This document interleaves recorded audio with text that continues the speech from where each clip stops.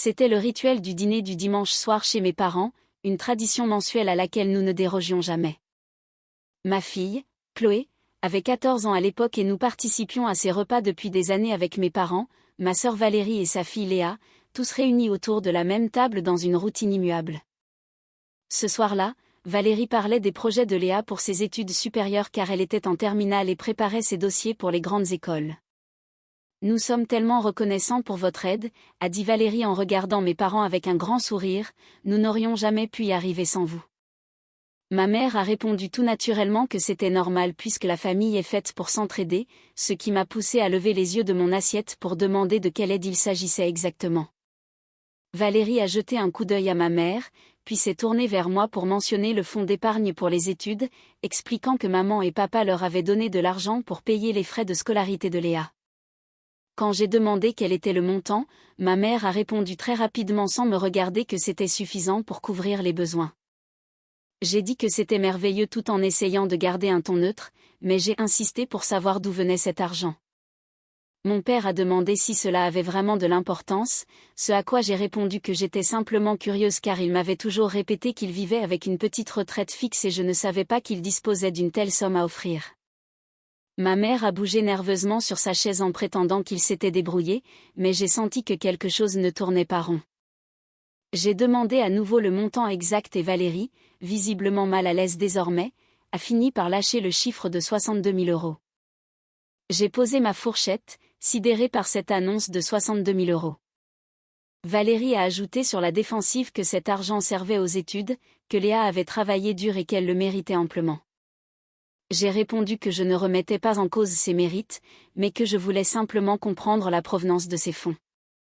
Ma mère s'est levée brusquement pour commencer à débarrasser la table en suggérant de passer à un autre sujet, mais j'ai refusé en insistant pour savoir comment ils avaient pu donner 62 000 € à Valérie.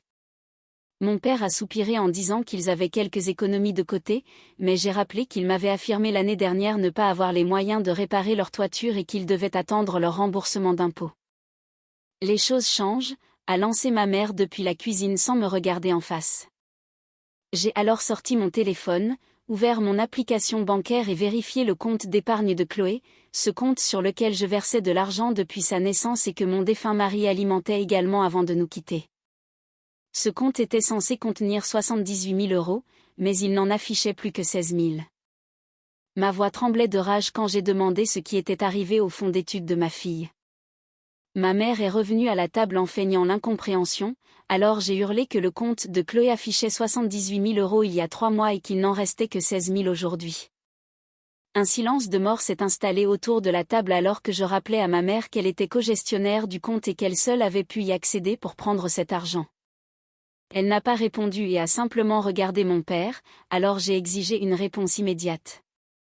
Mon père a fini par dire qu'il devait aider Léa parce qu'elle fait partie de la famille.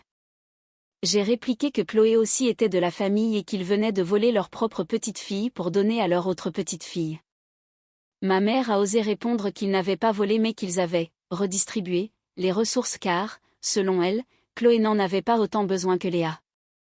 J'ai demandé comment elle pouvait savoir ce dont ma fille avait besoin, et Valérie a ajouté avec mépris que je gâtais trop Chloé et qu'elle avait toujours tout eu sans effort, contrairement à Léa qui devait se battre pour tout.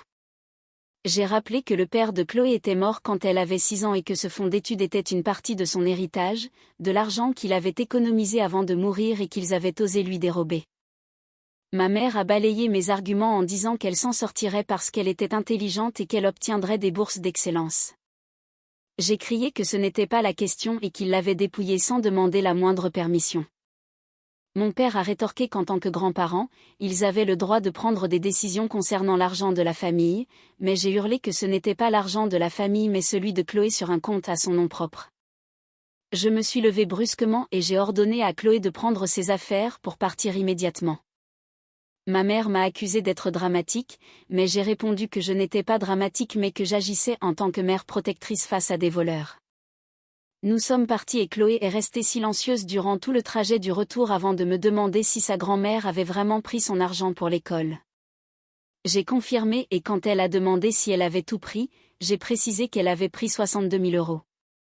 Chloé est restée pensive un moment puis a demandé pourquoi ils avaient fait ça, et j'ai répondu que je n'en savais rien mais que j'allais corriger cette injustice. Le lendemain matin, j'ai contacté un avocat pour lui expliquer la situation. Il m'a demandé si j'avais des preuves et j'ai confirmé posséder tous les relevés bancaires ainsi que les documents originaux du compte de gestion. Puisque ma mère était inscrite comme cogestionnaire, l'avocat a confirmé qu'il s'agissait d'un abus de confiance et d'une fraude, car elle avait l'obligation légale de gérer cet argent uniquement dans l'intérêt de Chloé. Nous avons donc lancé une procédure civile pour exiger le remboursement et j'ai également déposé une plainte à la police pour vol en fournissant tous les documents et les preuves des virements bancaires vers le compte de Valérie. Mes parents étaient furieux et m'ont laissé des messages vocaux incendiaires, me demandant comment je pouvais leur faire ça et appeler la police contre mes propres parents. Je n'ai pas répondu et j'ai tout transmis à mon avocat. Valérie m'a appelé elle aussi pour m'accuser de détruire la famille, mais j'ai répondu qu'ils l'avaient déjà détruite en volant Chloé. Elle prétendait qu'ils essayaient seulement d'aider Léa, mais j'ai maintenu que prendre l'argent d'un enfant pour le donner à un autre n'était pas de l'aide mais du vol pur et simple. L'affaire a duré 6 mois durant lesquels mes parents ont tout tenté pour me faire culpabiliser, disant que j'étais vindicative, que je favorisais ma fille et que je ruinais leur vie. Je ne suis pas entrée dans leur jeu et j'ai laissé la justice suivre son cours car les preuves étaient irréfutables. Les relevés montraient clairement que ma mère avait transféré les 62 000 € du compte de Chloé vers le sien avant de les envoyer immédiatement sur le compte de Valérie sans aucune autorisation.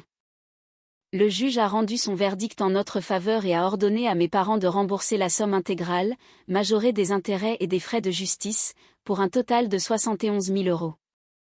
Comme mes parents n'avaient pas cette somme, ils ont été contraints de contracter un prêt bancaire, de vendre leur voiture et de déménager dans un appartement beaucoup plus petit.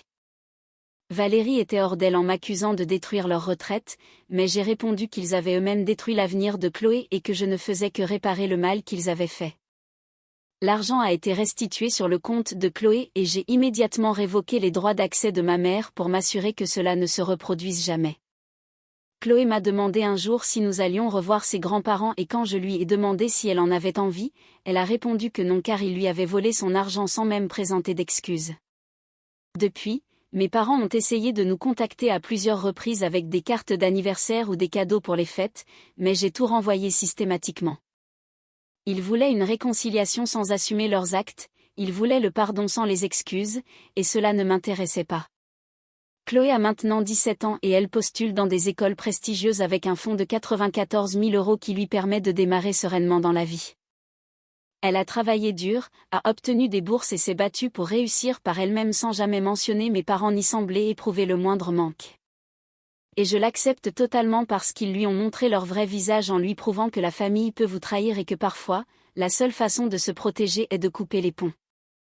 Le mois dernier, ma mère a envoyé une lettre interminable et confuse parlant de l'importance de la famille et du pardon, m'accusant de priver Chloé de ses grands-parents. Il n'y avait pas un seul mot d'excuse, aucune reconnaissance de leur faute, seulement des justifications et des reproches.